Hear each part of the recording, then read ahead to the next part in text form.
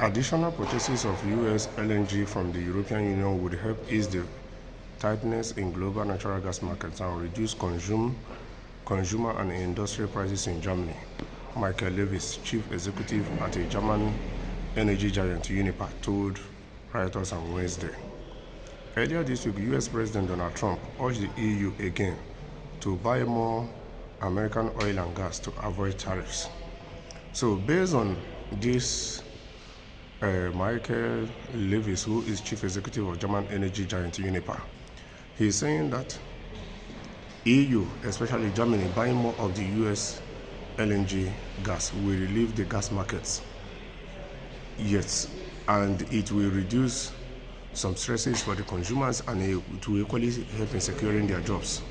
So it's now left for. Then on the other side, the newly inaugurated United President is telling them that they should buy more of American gas and oil in order to avoid tariffs. But truth be told, on the first instance, the EU have to buy it for their own benefit, for them to be able to solve their gas crisis. And in as much as they are buying from US at the moment, they have to start to look for another alternatives, so that in the nearby future they won't find themselves in the same situation they find themselves with Russia due to their dependence on Russian gas.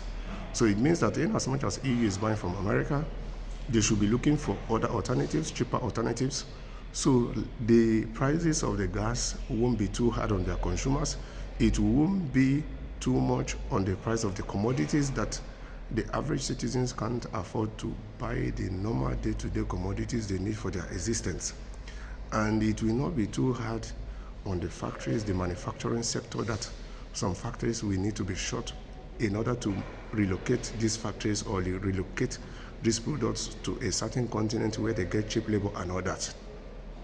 So on this one, it is a win-win situation for everybody, even though the US president should try to put a brake pedal on his threats of tariffs, because two can always play the game better. Because it's not only EU that is importing things from America. America equally have things that are importing from EU. So if he decide not to put a brake on these threats, if he starts issuing these threats as he is promising, or as he's saying, if he start dishing it out, let him equally know that this country, Europe or any other country, will start dishing their own out. And at the end of the day, it is the average citizens that is always at the receiving end.